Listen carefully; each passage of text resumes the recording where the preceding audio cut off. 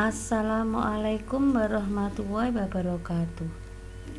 Anak-anak, selamat bertemu kembali dengan Bu Elvi. Pada kali ini kita masih belajar tentang keanekaragaman hayati atau biodiversitas dengan submateri klasifikasi makhluk hidup. Untuk itu, segera bersiap untuk mengikuti pembelajaran ini. Pada sebab ini, kita akan mempelajari tentang pengertian dan dasar klasifikasi, tujuan dan langkah-langkah klasifikasi, serta sistem klasifikasi 5 kingdom.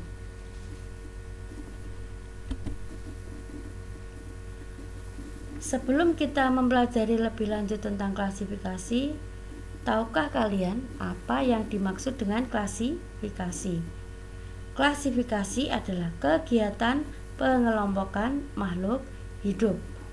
Apabila makhluk hidup tersebut mempunyai persamaan ciri, maka akan dimasukkan dalam kelompok yang sama, dan apabila mempunyai perbedaan ciri, maka akan dimasukkan dalam kelompok yang sama.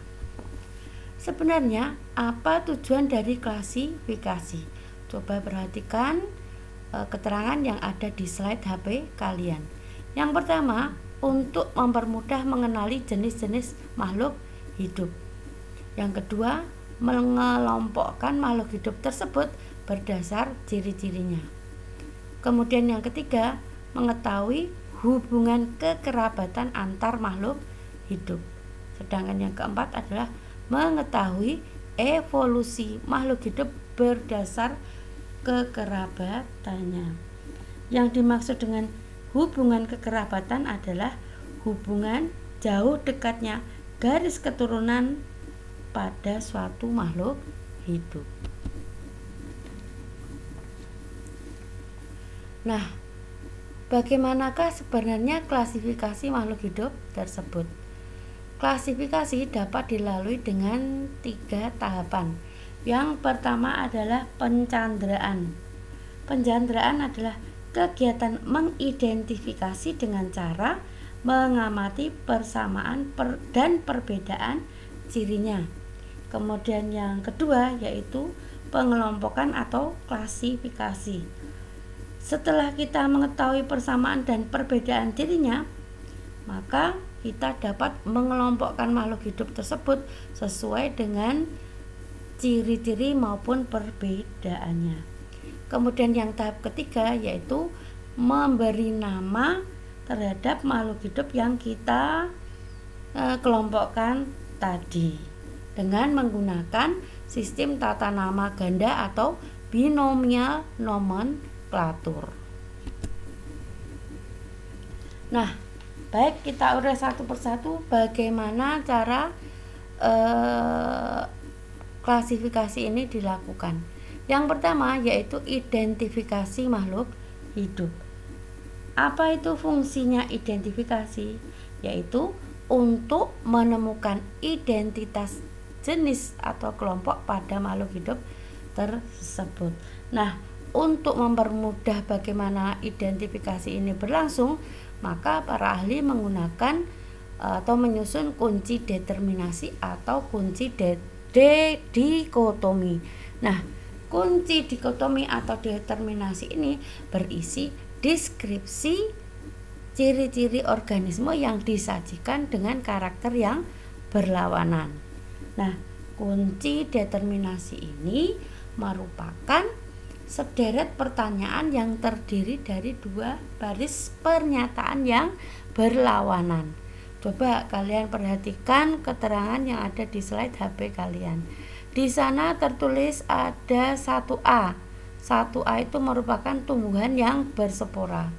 Kemudian 1B adalah tumbuhan tidak berspora. Antara tumbuhan berspora dan tidak berspora ini merupakan ciri yang berlawanan atau karakter yang berlawanan. Bisa diamati lebih lanjut pada yang 2A. 2A ini tumbuhan yang berbatang jelas. 2B adalah tumbuhan yang tidak berbatang jelas. antara A dan B ini juga menunjukkan sifat yang berlawanan. Nah, ini merupakan deretan pernyataan yang bersifat berlawanan. Bagaimana sebenarnya untuk menyusun atau membuat kunci dikotomi tersebut? Langkah-langkahnya ada 4. Yang pertama yaitu membuat tabel atau diagram dari objek yang diidentifikasi. Misalnya kita akan mengidentifikasi daun. Nah, pada daun ini kita buat saja karakter yang berlawanan. Misalnya daun tunggal dan daun majemuk. Nah, daun tunggal ini kita beri kunci determinasi 1A, sedangkan yang daun majemuk kita beri kunci 1B. Demikian seterusnya kita buat karakter yang berlawanan ciri. Kemudian langkah yang ketiga yaitu mengubah diagram tersebut dalam bentuk pernyataan.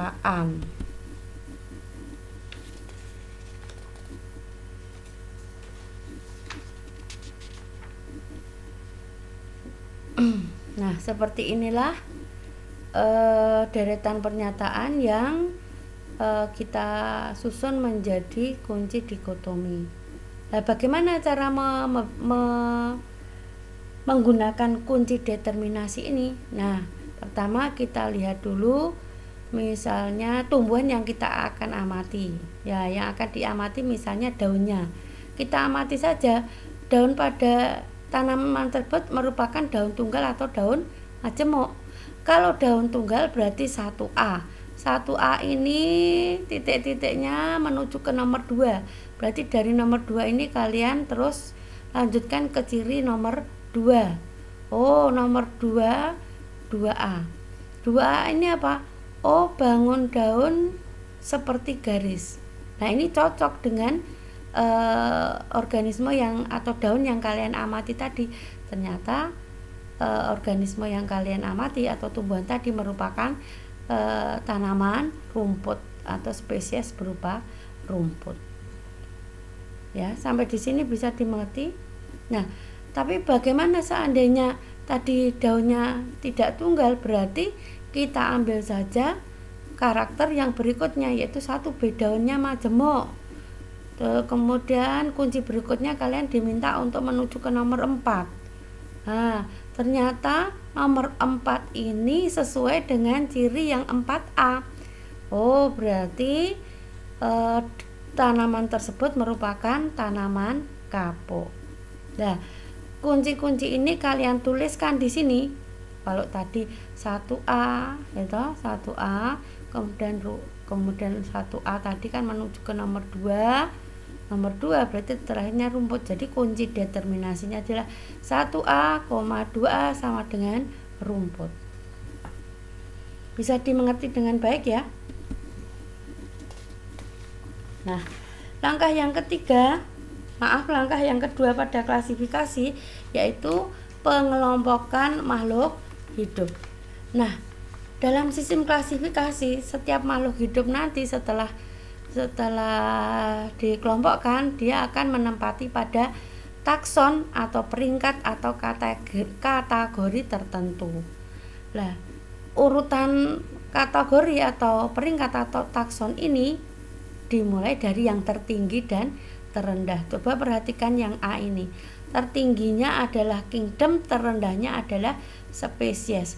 Kingdom ini berarti kerajaan atau dunia.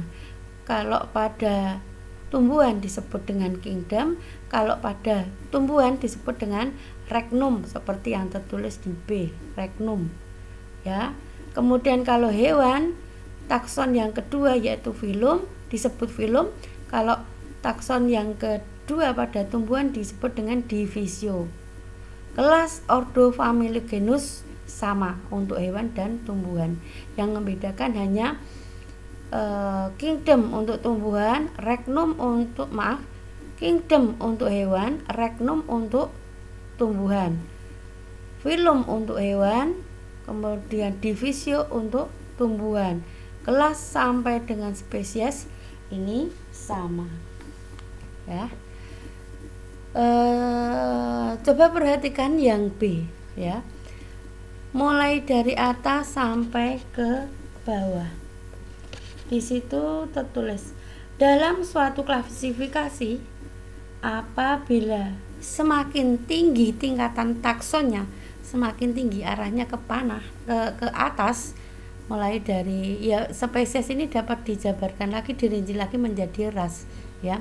Spesies sampai ke kingdom, berarti makin tinggi taksonnya maka persamaan cirinya semakin sedikit karena semakin umum ya, persamaan cirinya semakin sedikit ya. Anggotanya bagaimana? Anggotanya semakin banyak kalau ke atas. Nah, kalau yang nomor B2 ini ya, semakin rendah suatu takson, semakin rendah suatu takson berarti dari regnum ke bawah ya, maka anggotanya semakin sedikit ya, persamaan cirinya semakin banyak, persamaan cirinya semakin banyak ya. Sampai di sini bisa dimengerti ya. Nah, kita lanjutkan dengan langkah yang ketiga pada klasifikasi makhluk hidup ya, yaitu pemberian nama atau penamaan spesies. Penamaan spesies. Kita menggunakan sistem binomial nomenklatur atau sistem tata nama ganda. Lah, untuk penamaan ini kita menggunakan aturan yang disebut dengan binomial nomenklatur. Aturan atau kaidah-kaidah tertentu ya. Yang pertama, terdiri dari dua kata dalam bahasa Latin atau yang dilatinkan. Coba perhatikan contoh. Di sini padi, nama latinnya adalah Oryza sativa. Ya, bisa milih salah satu ini. Ya, Oryza sativa. Nah, Oryza ini merupakan kata pertama, sativa merupakan kata kedua. Berarti terdiri dari dua kata dari bahasa Latin atau yang dilatinkan. Kata pertama menunjukkan genus, kata kedua menunjukkan spesies. Maaf, di sini salah. Ini seharusnya spesies. Ya, kata kedua ini bukan genus tapi spesies. Nah, kata pertama pada genus ditulis huruf besar. Coba perhatikan ini, O-nya besar, huruf besar. Di sini saya beri warna merah ini, huruf besar. Sedangkan yang spesies ditulis dengan huruf kecil. Apabila dicetak tegak, masing-masing kata ini diberi garis bawah secara terpisah. Oryza sendiri, sativa sendiri diberi garis bawah terpisah. Ataupun seandainya dicetak miring atau ditulis miring ya, ini tidak perlu diberi garis bawah. Tapi seandainya kalian menulisnya di buku tulis, disarankan menggunakan yang model A ini, yang pertama ini ya, yang diberi garis bawah saat terpisah.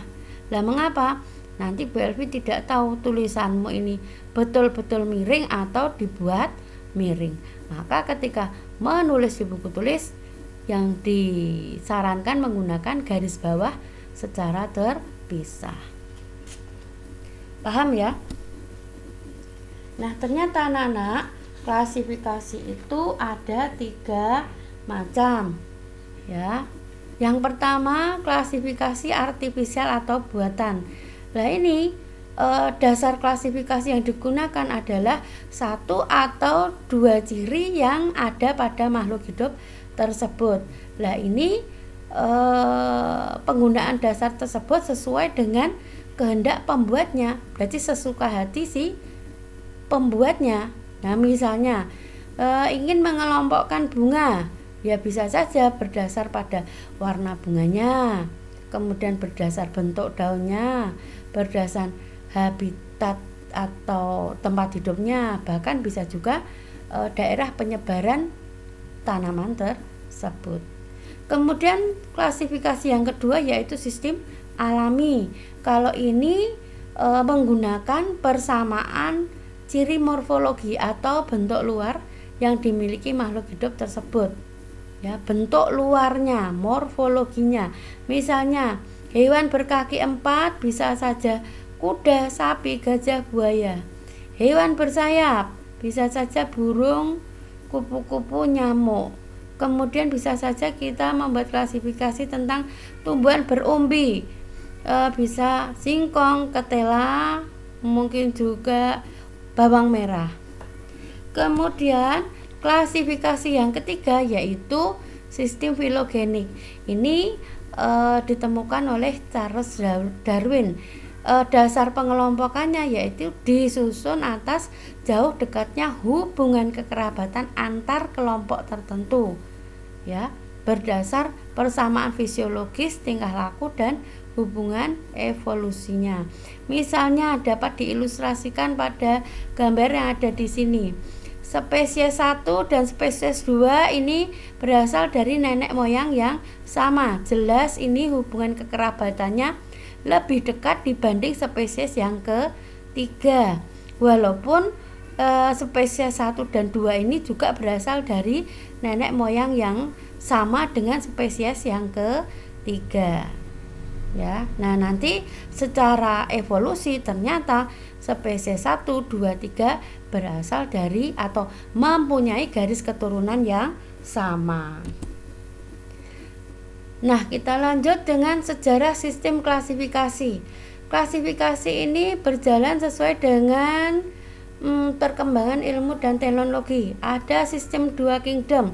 Anggotanya adalah atau membagi makhluk hidup yang ada di dunia ini menjadi dua kelompok besar, yaitu hanya plantae dan animalia.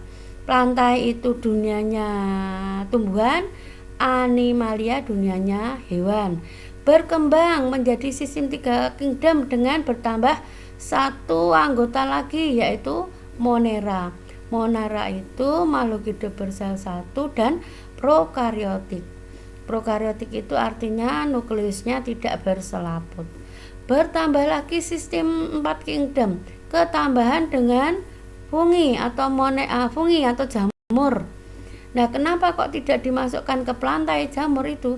Karena si jamur ini tidak memiliki klorofil seperti syarat dari anggota plantae. Karena tidak punya klorofil inilah si fungi berdiri pada kelompok tersendiri. Berkembang lagi menjadi sistem 5 kingdom, ketambahan dengan protista. Nah, protista ini lebih spesifik lagi dari Monera. Kalau Monera bersel 1, kalau protista bersel 1 dan bersel banyak, uniselular dan multiselular, dan sifat inti selnya adalah eukariotik atau nukleusnya berselaput.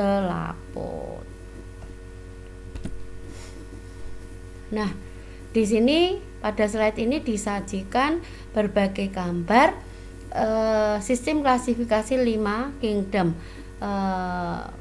Penemunya adalah Whittaker ini, plantae, animalia, fungi, monera, dan protista.